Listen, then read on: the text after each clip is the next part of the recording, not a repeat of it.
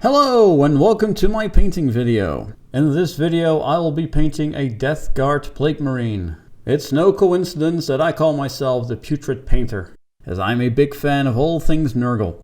The new range of Death Guard models is great and I've had a lot of fun painting them as disgusting as I can. I would like to show you how I do it. Let's begin.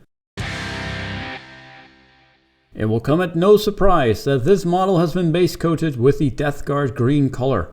This is the fastest way to start this model, as the power armor will use this color as the base coat. I start off the power armor with a wash of Agrax Earthshade. I want the power armor to look dirty and textured, so I'll be using washes and dry brushes to achieve this goal. For the first dry brush, I'll be using Elysian Green. Instead of going in one direction, I'm going to make random streaks on the armor by brushing it in different directions. The second dry brush is aptly named Nurgling Green. I'll be using the same technique as the first step.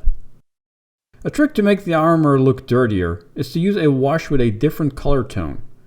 I'll be using Reikland Fleshshade for this step. Apply heavily. In order to make the edges stand out a bit more, I'm going to highlight them with some Nurgling Green. Just look for all the sharp edges. The power armor is looking finished, but it's missing one step. I'll be doing this at the end because I need to paint some other parts first. Now I'm going to paint all the metal parts of the armor. Of course I won't make it look nice and shiny. I start out with a base coat of Mournfang Brown. This will make a nice foundation for the rust effect I'm going for. Next I'll dry brush all the metal parts with Skrag Brown. Try to be careful to not hit the power armor. A dry brush of Ryza Rust will give a nice rust effect and will be a great contrast to the green armor. I find that Ryza Rust dries up very dark, so I usually do 2 coats to make it pop more. To get some of that original metal shining through the rust, I take an old brush and dab some Leadbelcher on the edges to make it a bit more realistic. With the metal parts done, all that's left are some small details. We'll be spreading the plagues for Grandfather Nurgle in no time. This Plague Marine has a couple of small protruding bony spikes. I'll base coat these with Wraithbone so we can use a contrast paint. In addition, I will also base coat all the parts that will be black and the boils. Skeleton Horde is a great contrast paint if you want to do bone very quickly. I'll apply that here. To give a bit of extra detail to the bones, I'll give them a highlight of Ushabti Bone. And here is a quick way of painting some good looking bone. I'll be adding a finishing touch on them later in the video. I'll apply black Templar contrast paint to all the black parts. I'll add a highlight of Administratum Grey as a finishing touch. I like painting all these parts black, but you can paint them in whichever color you want. I would recommend to keep these bits subdued because it's a very busy model. The new Plague Marines have a lot of fun demon tentacles and mutations. To paint these I use a base coat of Rakarth Flesh. I'll give this a heavy wash of Druchii Violet. The purple will be a great contrast to the green power armor. To add some diversity, I will wash some parts of the tentacles with Carroburg Crimson. This is thinned down with some Lamium Medium. The tentacles will get 2 highlights. The first highlight is Rakarth Flesh.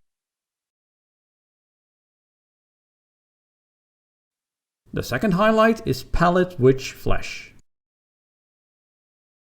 I like adding some purple to my Plague Marines. The demon mutations are perfect for that. Plague Marines have a lot of flashy bits hanging out. To paint these I start with a base coat of Kislev Flesh. For the boils I use a contrast paint Iyanden Yellow. Because I already base coated them with Wraithbone, this will work very well. Now I use Yriel Yellow to highlight the boils.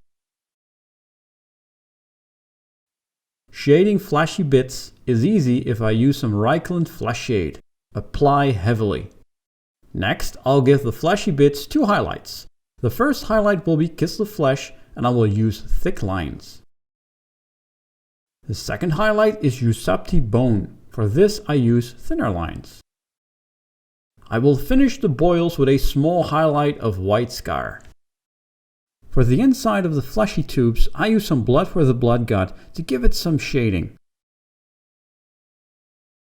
The fleshy bits and boils are done. The plague marine is looking disgusting, but there is an additional step which will give it Nurgle's blessing.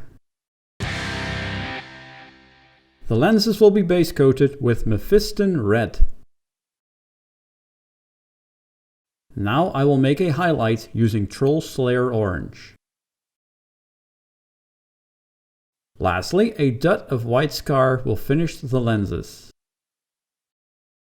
With the lenses finished, let's move on to the last step of the model.